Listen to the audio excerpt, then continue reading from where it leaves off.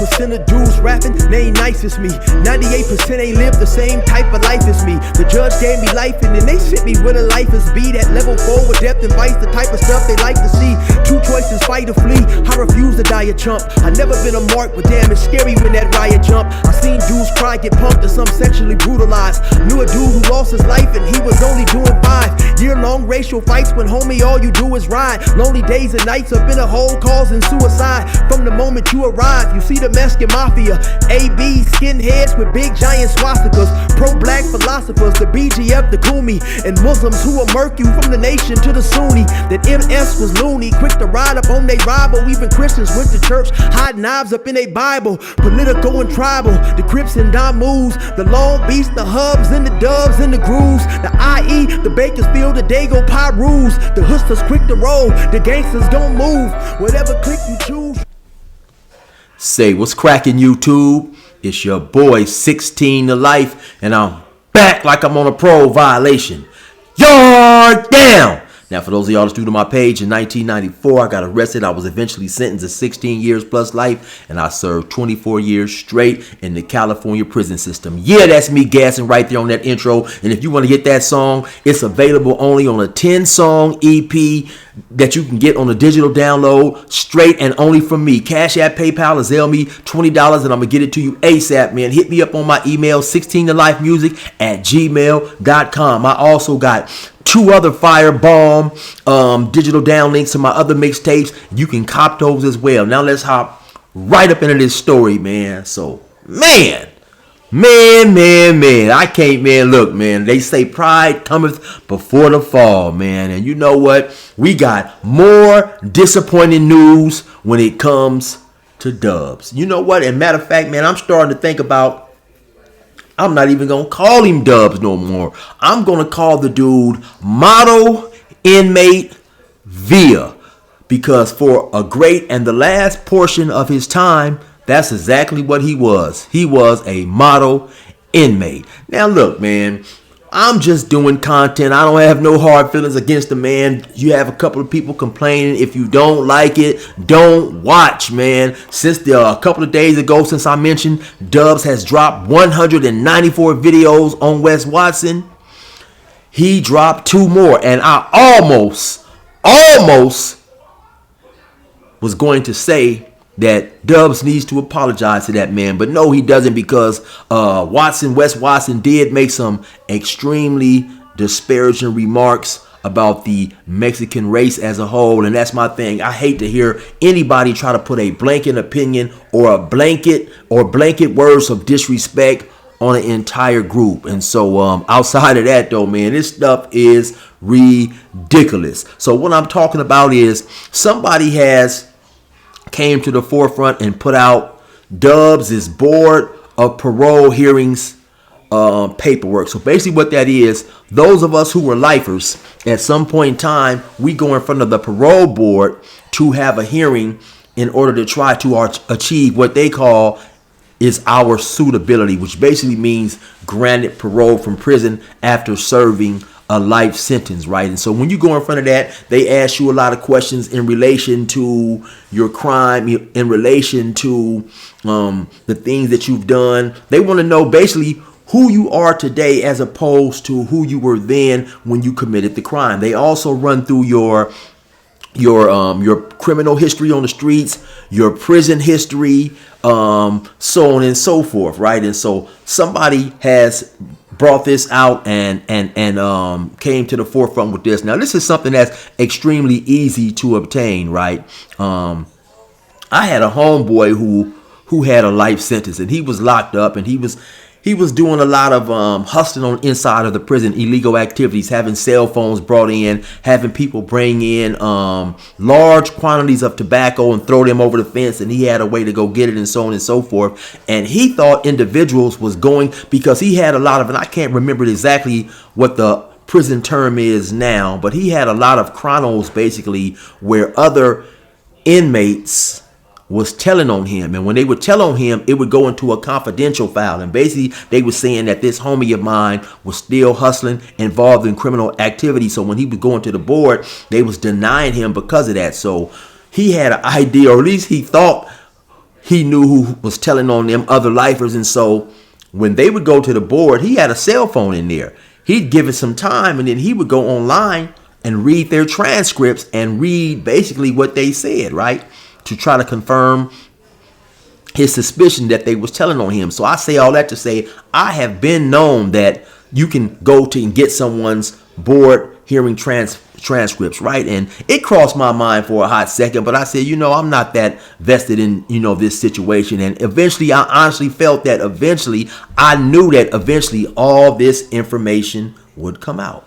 And so now that this came out, man, and so one of the first things, and I'm going to bring you guys the information. I'll probably try to get it to you like maybe Monday or Tuesday, because it's long. And so I have to go through there and break down the video. It's a long process. I'm not going to drop it tomorrow. Tomorrow was Sunday, and I got some things to do. But so one of the first things on there, man, they discussing is that Dubs went S.N.Y. Drum roll, please. In 2005. So I believe he came to prison in 96 and he went S.N.Y. in 2005. So Dubs didn't even last 10 years, right? And then I believe, if my memory serves me correct, I believe he got out in 2018, maybe. So actually Dubs spent more time on the S.N.Y. side than he spent on general population. Now, I mean, that is crazy right there, and for that whole entire time, he was model inmate via. He did not receive 115 or basically a write-up, a disciplinary action. So he was clean for 13 years. I think when I went to the board and they found me suitable, I think I had been clean for about 5 or 6 years, And this dude hadn't got a write-up in 13 years. So this dude was nice as a house cat, quiet as a church house mouse. You understand me? This dude was not tough whatsoever. So I don't understand, Chances. My good friend, my good homie Chances, man, he always says, if you don't want no problems, don't act like it. Obviously, for those 13 years that Dubs was on that S.N.Y., he didn't want no problems, right? He was a model inmate, you know what I'm saying? He was doing all he could to stay out the way, get out of trouble, come home. He was going to these different classes, had these different sponsors, going to church and all this old type of stuff. Then all of a sudden, he wants to get out. He was humble for a little while. And then suddenly get on YouTube and get tough from time to time. And to me, it just doesn't make no sense, man. But anyway, we going to get into all that when I break that stuff down on my video. Also, they go through his prison history. They talk about his shoe terms. Now, we've often heard Dubs brag and, talk about how many times he was in the shoe and so on and so forth. And like I say, if my memory serves me correct, because the video that I listened to, it was over 2 hours. When you go to the parole board, it's an extremely lengthy process, right? I've heard some individuals having board hearings 6-7 hours, So I think Dubs' board hearing was maybe about 2 hours. So it still was pretty lengthy, man. And to keep it real, man, from all that tough talking that Dubs does in some of his videos and all that, chest pounding and stuff, I thought I was going to hear some gruesome stuff, man. I had my popcorn and stuff. I got my popcorn. Hold on, matter of fact, hold on, man.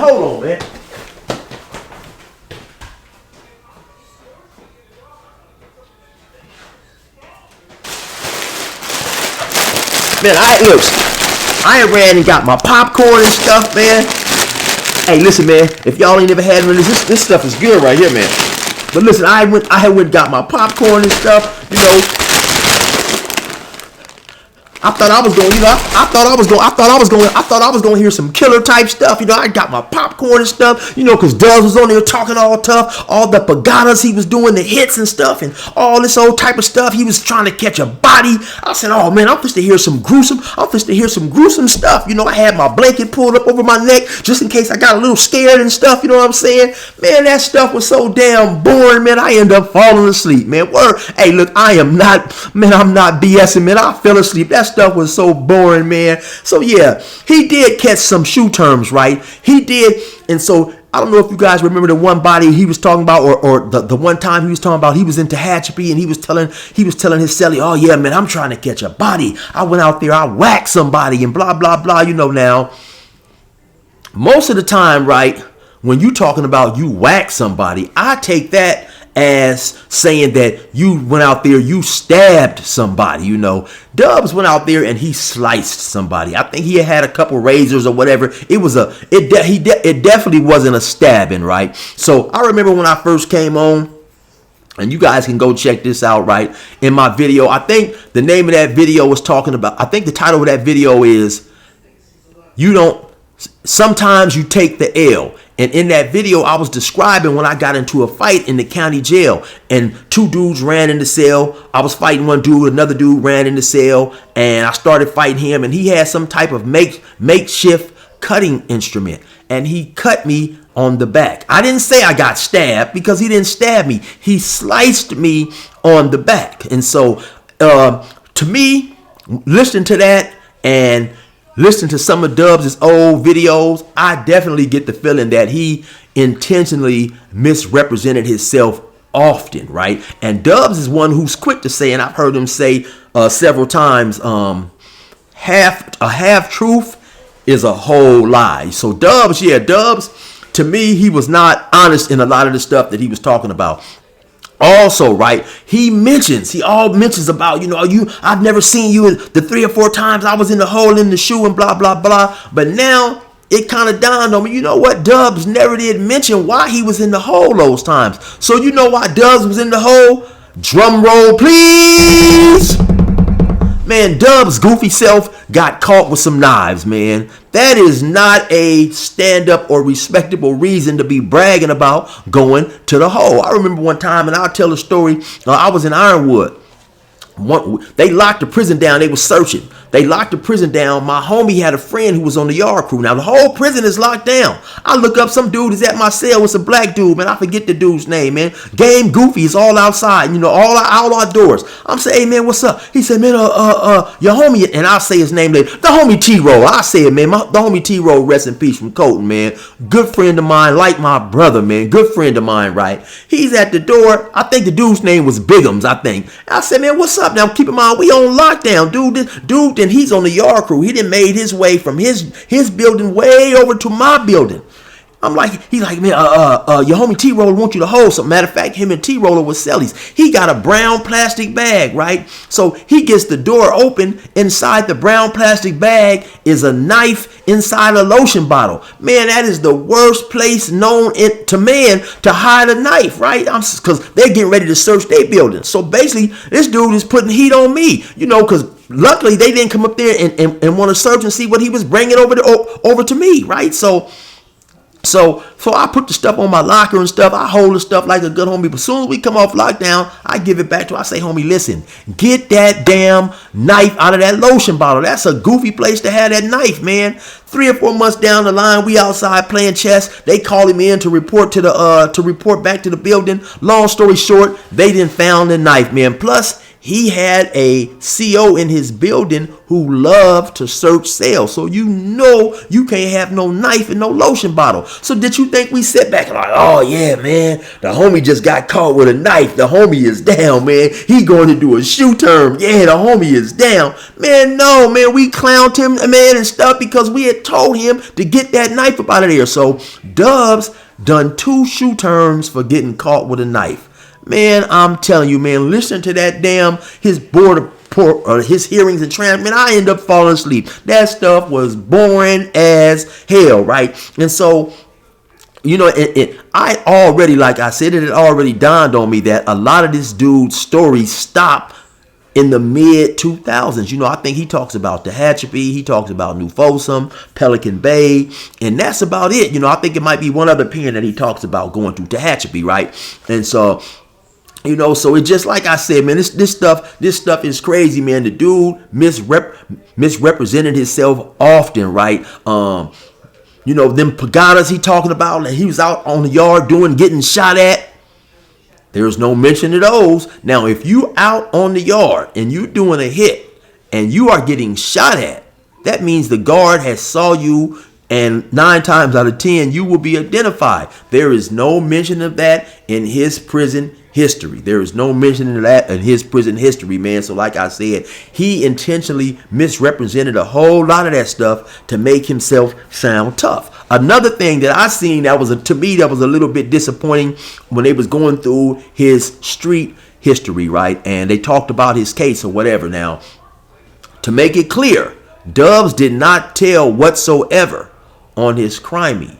Him and his crimey got caught, and according to the Board of Parole hearings transcripts, Dubs' crimey confessed. Dubs initially was saying he didn't have nothing to do with it, right? But once his crimey confessed and told on Dubs, Dubs then gave a confession himself. Now, to me, that was crazy because when you confess on yourself for any type of thing, you remove all your leverage. Now you're at the mercy of the courts. You're at the mercy of the DA and the prosecution and whatever he chooses to do to you, right? Because now you've confessed to the crime. So Dubs, being 19, talking about he had been a criminal, he had been to YA, he should have never, ever confessed, right? So I get charged with 3 attempted murders. I was at a house party, got into a shooting. 3 people got hit, right? My homie happened to get hit. Some dude by the name of Michael Cooks got shot in the leg, and another dude got shot in the head. And also the dude who they was claiming that I was attempting to shoot, he didn't even get hit as well, right? And so but I got charged, right? And actually, even though he didn't get hit, he is how I ended up getting the life sentence, because they charged me with premeditated attempted murder on him. I went to trial, I lost, and so even though he didn't get hit, I got life because I was shooting at him. Now, the dude who got hit in the head, they gave me 9 years for great bodily injury. That's crazy, right? So initially I had 9 years plus life, not 9 to life, 9 years plus life. 9 years for the dude shot in the head, plus a life sentence for the dude who they claimed that I was attempting to hit. Then I still had a trailing murder case because I had went on the run, and then according to them, I eliminated a witness, which was the dude who they claimed that I was attempting to hit from the get-go and had got the life sentence for. So what I ended up doing is I ended up sitting in the county jail for that long and ended up taking a deal. They dropped the murder down eventually to a manslaughter.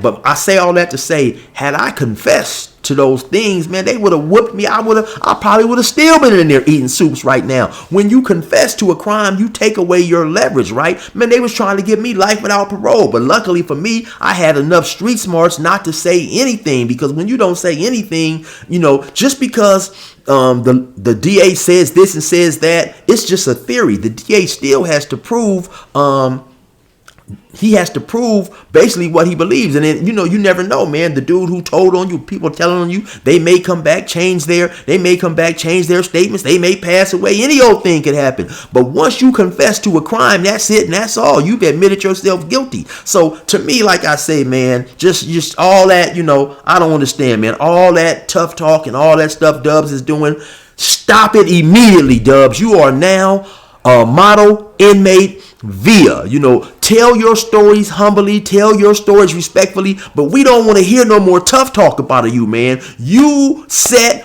on the S.N.Y yard. What was it? 2005, 13 years? 13 years, man. Come on, man. So Dubs was talking stuff about just in 3 or 4 days ago in a video of how he whacked somebody when he went to a 50-50. They tried to send him to a 50-50 and he wouldn't stay because he's Dubs and he goes all in. So he ain't gonna stay on no 50-50, but he will stay on a full-fledged S.N.Y yard and program like the best inmate that the warden has ever seen. Man, this stuff is getting ridiculous, man. They say pride cometh before the fall, man. You cannot make this stuff up. We don't want to hear no more tough talk about you, Dubs. We don't want to hear no more tough talk about you, man. Do your prison stories, talk humbly, give your message, but we don't want to hear it, man. We do not want to hear your tough talk. And like I say, man, once I get to that video, I'll break everything down. You guys know me, I'll bring y'all the receipts, so on and so forth, and it's gonna be what it's gonna be, man. It's your boy 16 to life. Resume normal program. Lately, I've been getting a whole lot of questions about my Damien Porter T-shirt. If you want to cop that T-shirt, definitely be sure to go to the T-shirts and more store.printify.me. The reason that I copped this T-shirt is because it got great graphics and the picture is nice and clear. Now, in order to get yourself one of these T-shirts, be sure to go to your preferred banking institution and withdraw the appropriate amount of funds to ensure that your transaction will be facilitated without any delays, impediments, or hinders.